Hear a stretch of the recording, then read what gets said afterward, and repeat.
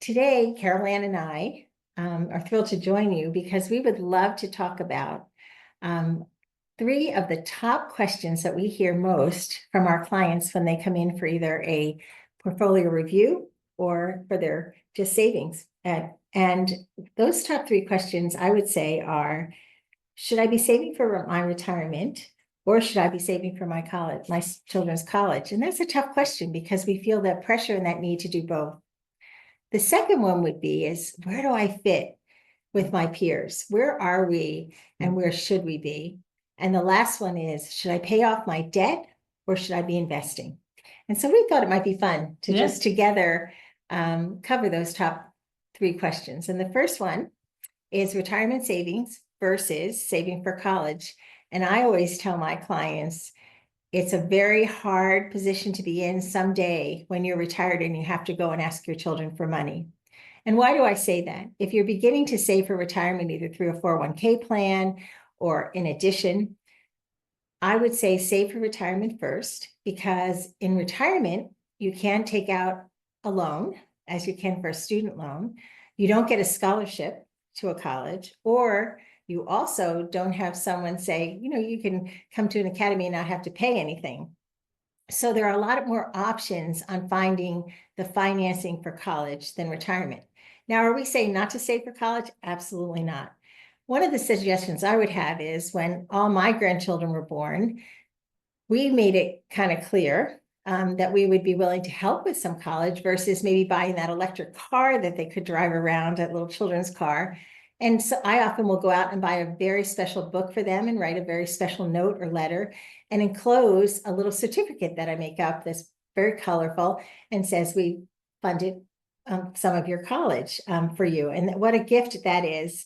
And also, as parents, you want to make sure that they're aware that Uncle James or Aunt Susie or Grandma and Grandpa and all the events that they're invited to are helping fund their college, because it's important that children recognize that this is a real gift that they're being given. And the other way you can do college funding is and talk to people that maybe can afford to do it. It can lower their income, a taxable income if they're still working, is they can front load 5 years worth of a gift almost to college. They can't do it every year, but every 5 years. And what that does is, if you put the $10 in today, it's growing for 5 years.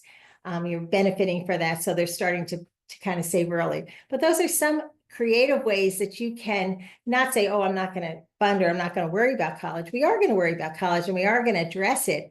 But if you had to pick, you would pick your retirement and then maybe become more creative on how you can get your children's savings and into college. unfortunately, I think we're seeing a shifting landscape going the other way. So more people are being focused on saving for college or education versus retirement, which, as you're saying, is not necessarily bad. But I think as a younger individual with little kids, when you look at the Excel sheets and the calculations, to be honest, you're just not going to be able to save enough for a full college. So I don't think it's worth giving up everything in your retirement, as you're saying, to go try to save for college or higher education when you're, as you said, there are other options for getting that. We've also seen creative things where kids are starting to go to, community college for 2 years and then jump to the college they want to graduate from, or things like that. One of the big mistakes we do see is, even when going to college and taking loans, the parent taking all of that on themselves instead of doing it through the child.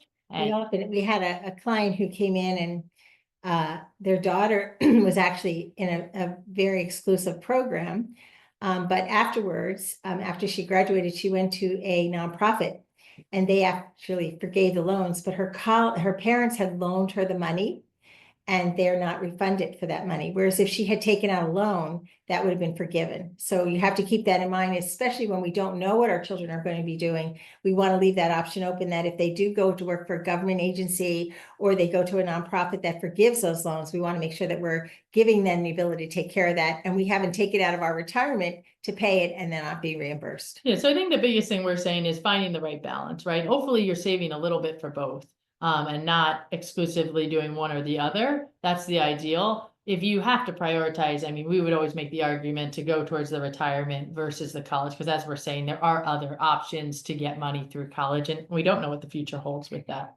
And the next one that we hear often is, but where do I compare to my peers? And we would say, don't compare to your peers. It's such an individual thing. We have seen in so many instances someone that makes $40,000 and someone that makes $400,000.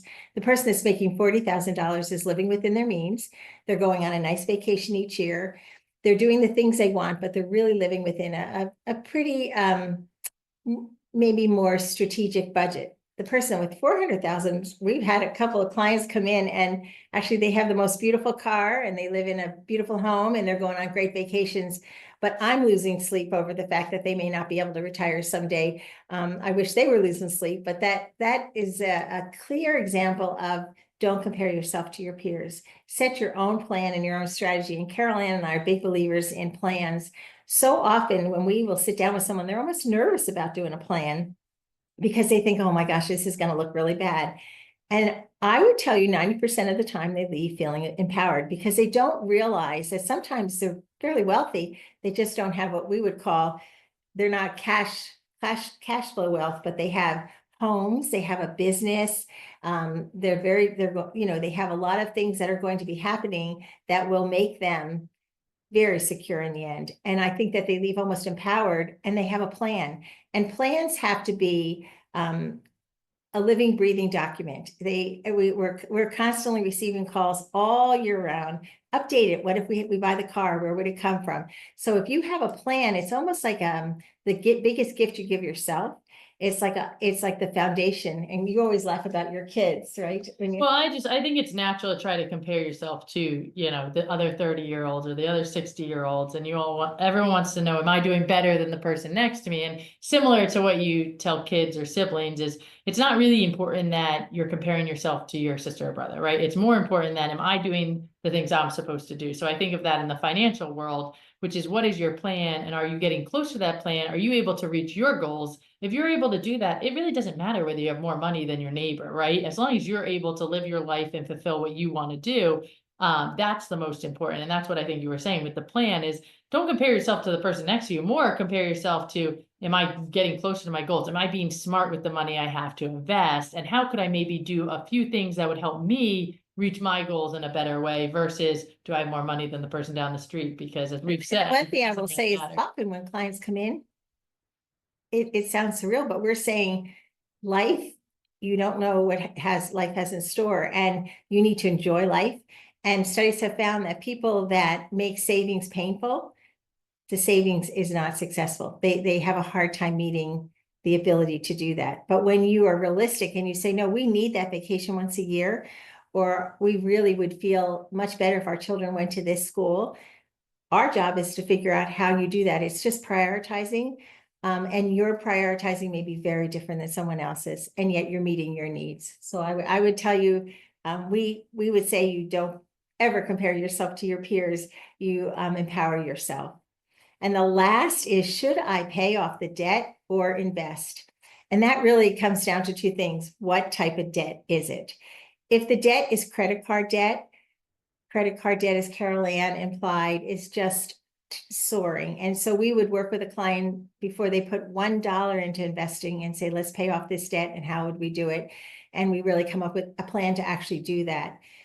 But there's another type of debt, and that could be the mortgage on your house is a debt. But often that mortgage could be written off. You could talk to your tax accountant about that. But if it is, then what we say is, well, if you have the money here and it's growing, but tomorrow if you had to take the money, you could take it out and pay the mortgage off. Maybe you want to keep the money growing, knowing you have the money set aside to pay it off, and you pay that mortgage in a very methodical way.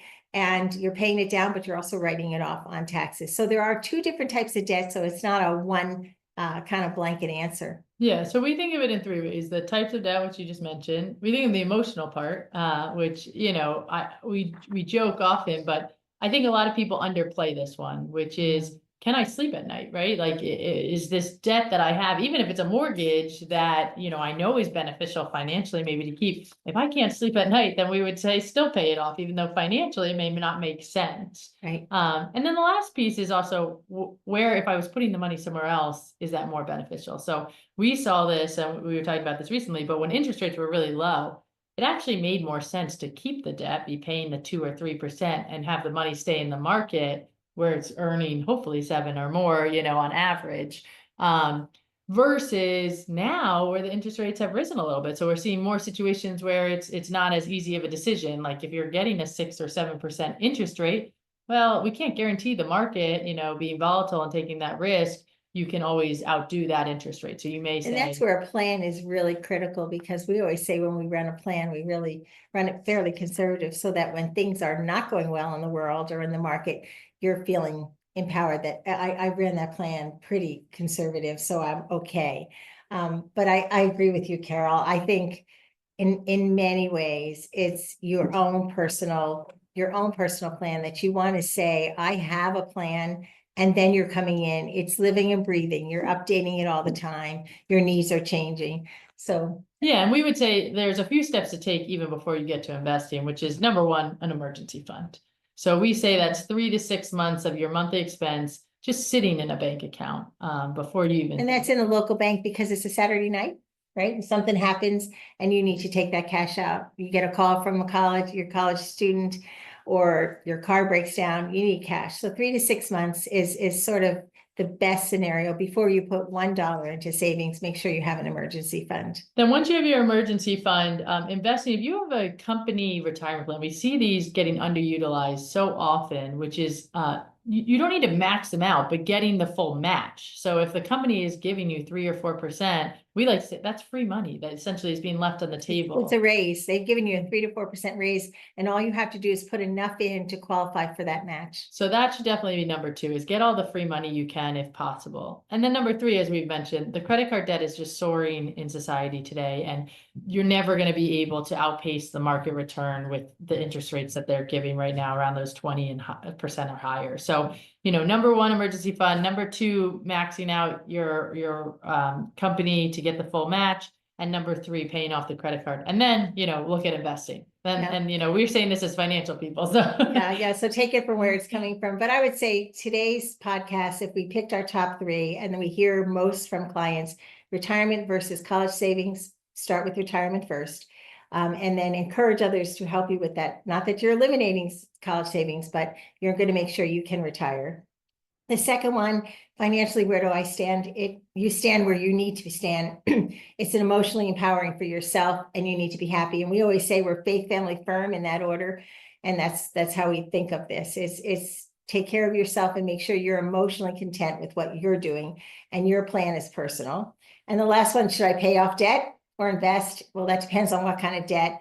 And that's where the financial plan will help you and how you map that out. Hopefully this was helpful today. And if you have any questions, feel free to call anytime. Thank you. Thanks, everyone.